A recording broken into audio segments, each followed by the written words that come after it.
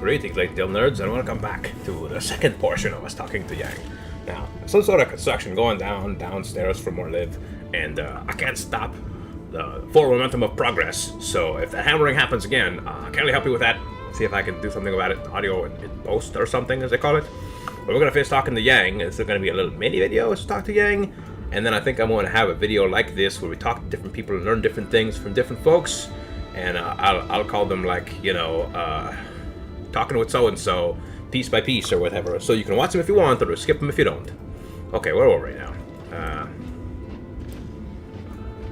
Tell me about other types of equipment I can tell me about the other types of equipment you can refit on a mech.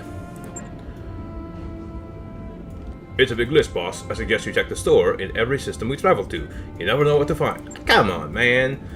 I can install stronger cockpits to reduce the injuries to the mech warriors. Oh, I like that. I took a head injury. I'm down for 27 days. So I should wear a helmet or something. It looks like he experienced some bad times with something from the right. Arm actuators that increase melee damage. Ooh, range finders that increase the range at which enemies can be visually acquired. All sorts of stuff. Can you imagine a scout with an increased rangefinder? Super scout with medium lasers. I'll take up critical slots on a battle mech. Some add weight. 2. Keep your eyes open for them and give them a good once-over before you buy one, so you know what you're getting into. Now, putting powerful weapons and equipment on your mechs is fine and all, but remember, the trade-off is always armor. You know how they said the best defense is a strong offense? Yes, so I choose to be offensive as often as possible. I heard that some manufacturers have developed better versions of some weapons. True that. Different manufacturers tweak their weapons to deliver more damage, have higher accuracy, destabilize the enemy, a bunch of stuff. The trick is finding them. They're rare out here in the periphery, so when I see one in a store or a salvage pile, I always mark with a plus for you so you can identify it easily. Oh, nice. Ask you about something else. How do I repair damage after a battle? Whenever you turn for a mission, stop by the mech bay here to tell me which mechs you want to repaired. I'm not going to assume anything. You run this outfit, so you tell me what to spend money on. Yeah, so we have very limited funds. It's listed up here. So if I come back with like 6 damaged mechs and one of them did crap in battle, just leave it damaged. Put it in the corner. The guy who runs that mech, make him come down to the mech bay every day for an hour and stare at that damaged mech so he knows that he sucks. That's a tangent there. Anyway, okay, that's not completely true. If I see armor missing from a battle mech, I'm going to repair it automatically. Standard operating procedures. And we have so much scrap armor laying around that you should consider armor repairs to be free. Yeah, we didn't pay for moving armor around in that effect, yeah. Now, if you tell me to repair a mech containing destroyed equipment, the techs will strip that off automatically too. I'll list the equipment they strip, but you're going to want to replace it with something. That's where the refit option comes in. There we go. What if I want to refit something? Ooh, now you're talking, boss. You can refit a mech. You bet you can refit a mech. You can repair it at the same time too. Just select the battle mech and order the refit. That'll bring it to the mech lab. What can I do in the mech lab? The mech lab is where you let me know what sorts of modifications you want to make to our stable of battle mechs. I can install new weapons and equipment, add or remove armor, location by location. Pretty much anything you want. All it takes is time and money. We got plenty of both, right? Heh. Are there limits to how I can fit a battle mech? It's hardware, Hot Rod. Of course there are limits. The biggest constraints are the chassis weight and its hard points. I can't make a mech as heavy as I want? Negative. A mech's chassis can support only so much tonnage in weapons, armor, and equipment. So you need to keep its overall weight in mind when designing a battle mech's loadout. If your design is over a chassis weight rating, we can't accept the work order. Now, there are ways of making it fit, of course. Tell me more. Trade-offs can be made, but you gotta be careful. We have the ability to remove armor from individual locations in order to squeeze more bigger weapons on, but less armor is less armor. You don't want to wind up with something that'll blow over in a strong breeze. Trust me on that. I've seen it happen. often enough to know. And what's our point again? Each location on a battle mech contains one or more weapon mounts called hardpoints. Hardpoints are only designed for one specific weapon type: ballistic, energy, missiles, and support. However, most mechs contain locations with more than one hardpoint, so you have some flexibility. And what you mount there? Let's go back for a minute. How do I know what a mech is good at in the first place? Great question. There are lots of different battle mechs out there, and it's hard to know what they were built to do best just by looking at them. I mean, I can, of course, but I'm me. You, on the other hand, you're gonna need some help. Thankfully, I'm a helpful guy. If you check your technical readouts in the mech lab, you'll find that I've included some thoughts about each mech's off-the-rack purpose, or stock role. They're only opinions, mind you, but you might find them useful. I've also provided access to an itemized list of equipment that a mech normally carries when you buy it as stock. Think of it as a mech's basic recipe. What happens after I order a refit?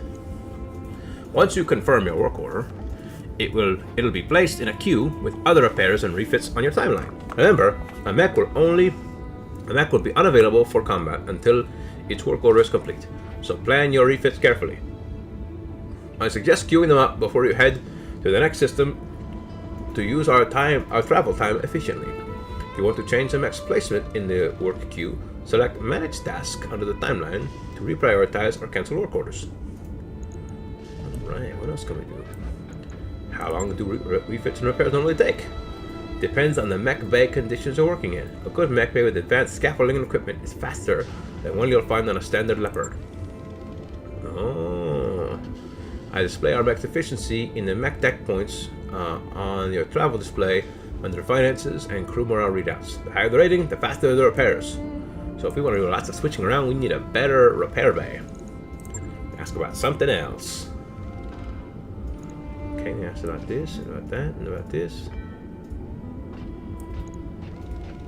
Ability modifiers.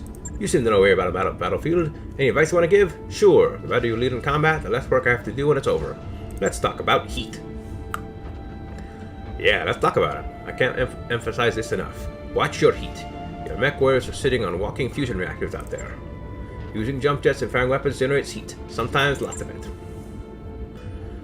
If one of your mechs gets too hot, you'll do damage to its internal structure or worse, shut down the engine in the middle of combat, leaving it a sitting duck. How can I affect heat in combat? Each weapon system of battle mech can be toggled on or off each time it takes action. I've done that. Most mech warriors keep their heat low by toggling off weapons with lower chances to hit. Good. But sometimes you have a solid chance to hit everything in your arsenal.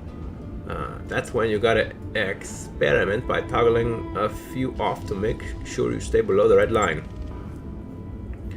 And watch the terrain. Moving your mechs into water or over ice helps cool them down too. Can I make a mech more heat efficient? Note your mech's heat rating in the mech lab and install more heat sinks on it if you find it runs hot in combat. Heat sinks vent plasma from the mech's engines and do lots to dissipate buildup from jump jets and weapons fire. Heat sinks are your friends. You can also change weapons on the mech to use more heat-friendly parts, but obviously that'll change how you use that mech in combat. Trade-offs, boss. It's all about trade-offs. Go back. And something else. Oh wait. She says sure. I think I know what about heat. Oh, let's talk about mech stability. Yeah. It's a really smart thing for a commander to understand, boss.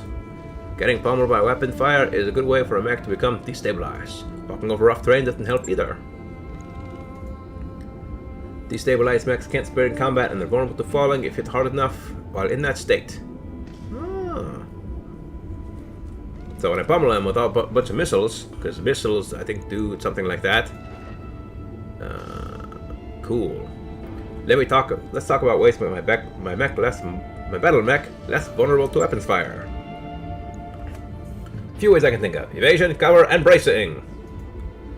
Let's hear about evasion. The short form version of this is this.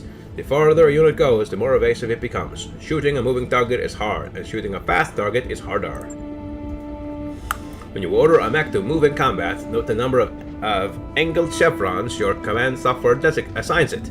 The more chevrons that are displayed, the harder it will be to hit. Same for the enemy.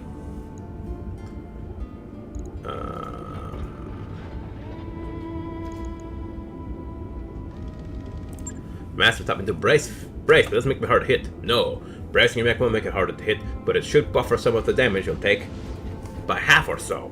So think about it, huh? Yeah, when we brace, we take half damage. Cover, battle mechs are kind of big, aren't they? Yep, they're big and scary and dangerous, and they're harder to hit standing in forests and other terrain features. Standing behind buildings or hills is good too. If an enemy can't see you, they're gonna have a hard time hitting you. It's all about the line of sight. Think about it. Think about it all the time. Your enemy is, I guarantee it. If they can see you, a little red eyeball will appear above them in your command software. I think that's everything.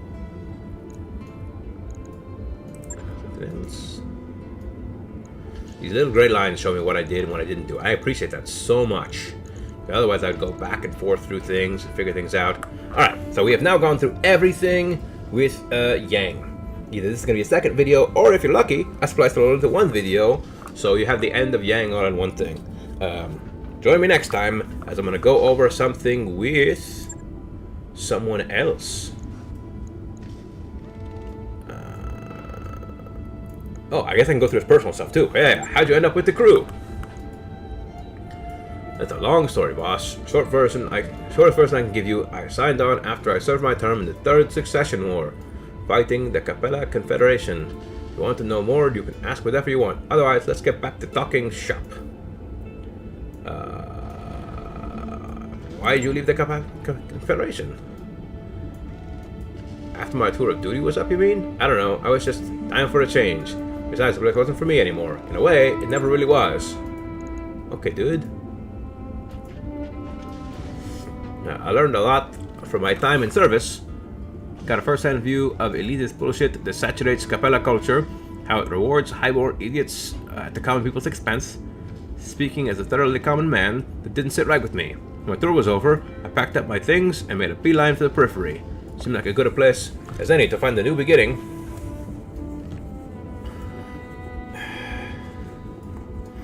You never really get away from the autocracy. Heck, Yang, I was born a noble. Yeah, but you're not a competent noble. Huh? And you aren't afraid to get your hands dirty. At the end of the day, that's all I really care about. I wonder how many times I watched talented engineers get passed over for promotion so some idiot with a title could advance. Too many to count. For what it's worth, I'm glad you made that choice. You brought my mech back from the brink more than once.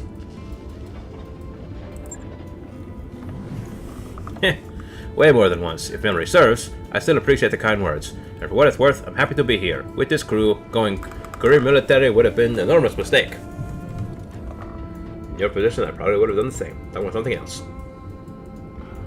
Yeah, that has been a fun trip down memory lane, but I'm sure we both got more important things to worry about. I don't want to ask him about his military time. It seems rude. Even though it's in here in this game, it's like he's serving me, he's being my chief mech, and like he's got a bunch of scars on the right side. I'm sure you're gonna dig up some of that stuff and make your mechanic mad at you. Let's just ask where he's from. Dude, where are you from? Brian from the Confederation. You may have heard our claim to fame, the Crowley Lizard Crow. The Crowley Lizard Crow? An edible reptilian indigenous to planet Brian. The meat of the Crowley Lizard Cow is considered a delicacy, and it's one of Brian's few planetary exploits. No? Well, trust me, they're delicious. Okay. Anyway, as the story goes, Brian was a really nice place once, a tourist spot, big with hikers and fishing enthusiasts, pale blue skies, emerald green seas, and booming agricultural business. You know, the works. I never knew it that way, though. Stephen Amorous got it a couple of centuries before I was born, and well, that was that. Who the heck is Stephen Amorous? Born in 2717, died 2779. As president of the Rimworld Republics, Stefan Amorous expanded the Republic Army and replaced Republic agents in key positions throughout the Star League. He fostered a close relationship with Richard Cameron, while the First Lord was in his minority. When the Cameron came of age, Amorous guided him toward policies that would move Alaskar Kensi SLDF away from Terra and place Republic forces there instead. With these preparations in place, Stefan Amorous murdered Richard Cameron on December 27th, 2766, and declared himself First Lord, beginning the Amorous Civil War. Clancy raised the Rimworld Republic and returned to Terra to defeat Amorous forces and capture him. Stefan Amorous was executed by firing squad in 2779. His remains were donated to the medical school of the university. They shot him and donated his donations to science. That's hardcore. As the story goes, Brian used to have these enormous orbital moons, storm inhibitors they called them. The Star League put them in place. When Amorous took the system in his civil war, he had his troops use them for target practice.